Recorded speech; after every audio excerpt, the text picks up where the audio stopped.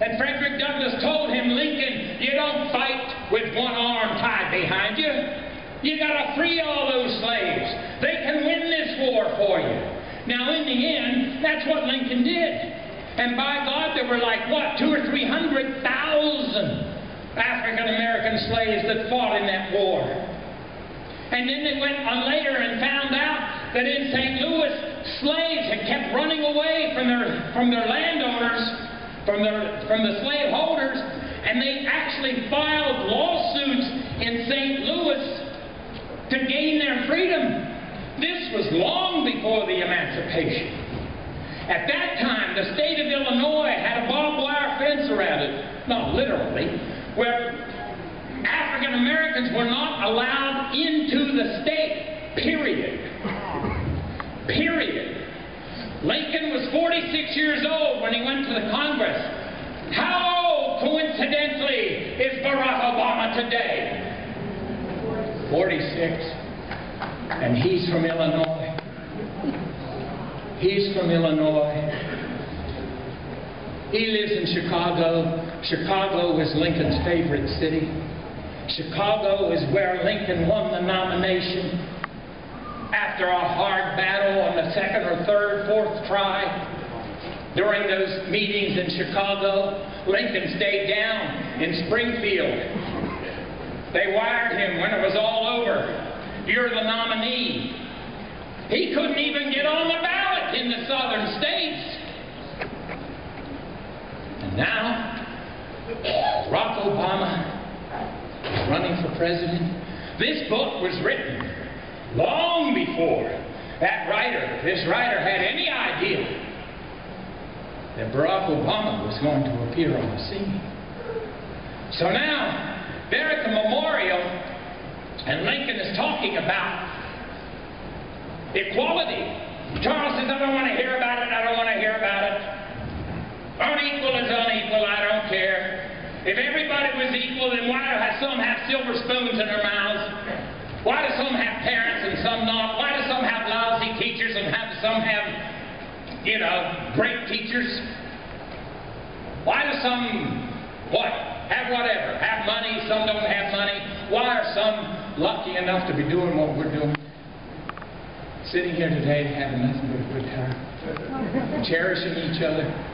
Because this is what a community is about. This is what family is about. Charles is questioning Lincoln because he loves Lincoln.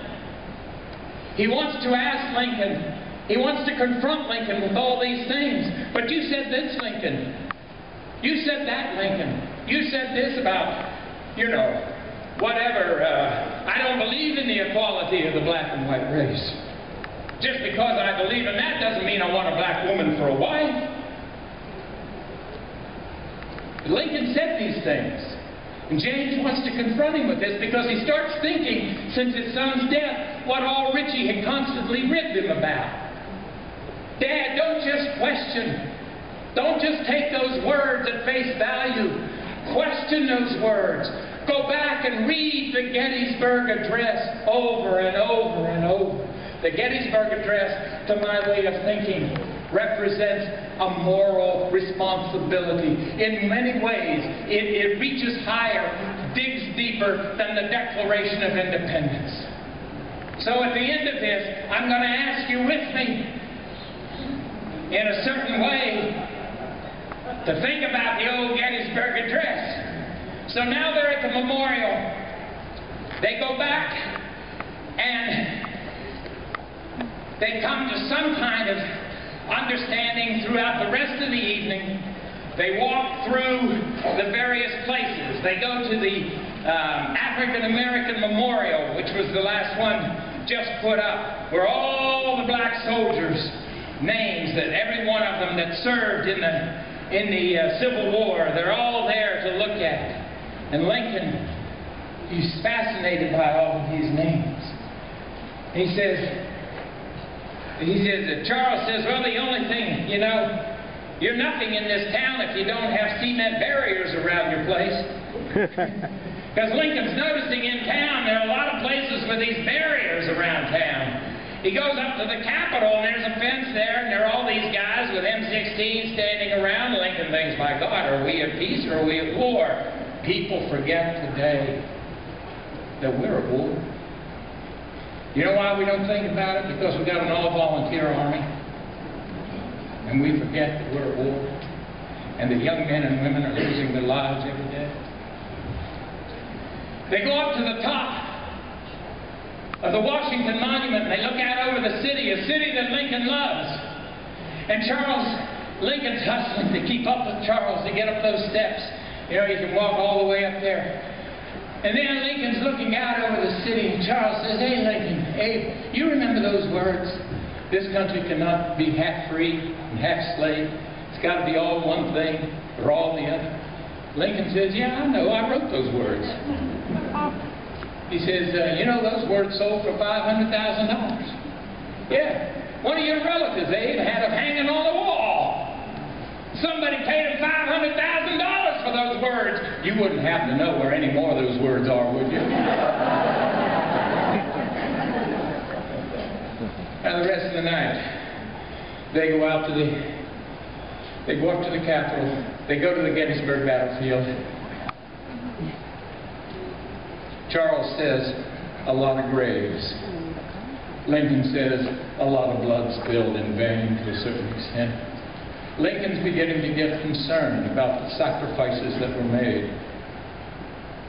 All the blood that was shed.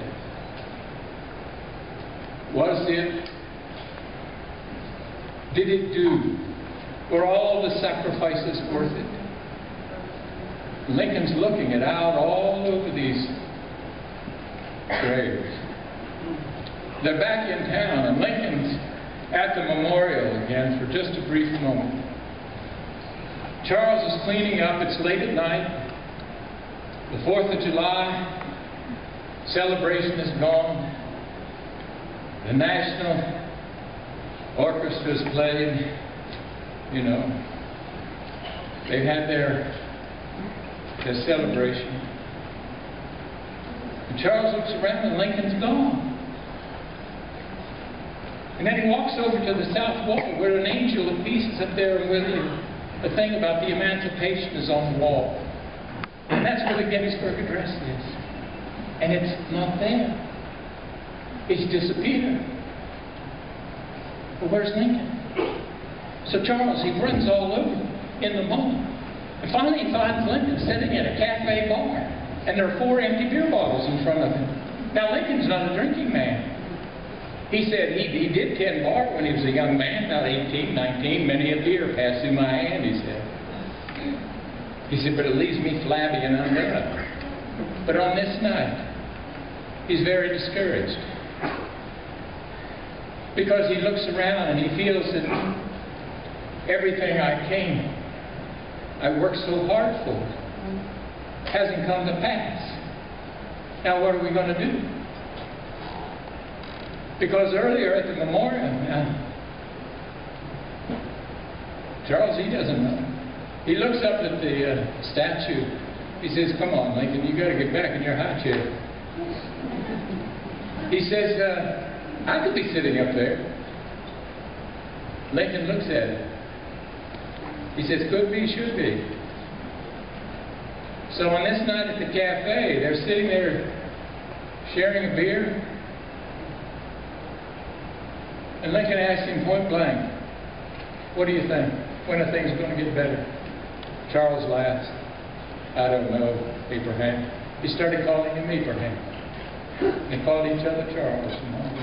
I don't know when the things are going to get better. Maybe when I'm president. That's in the book.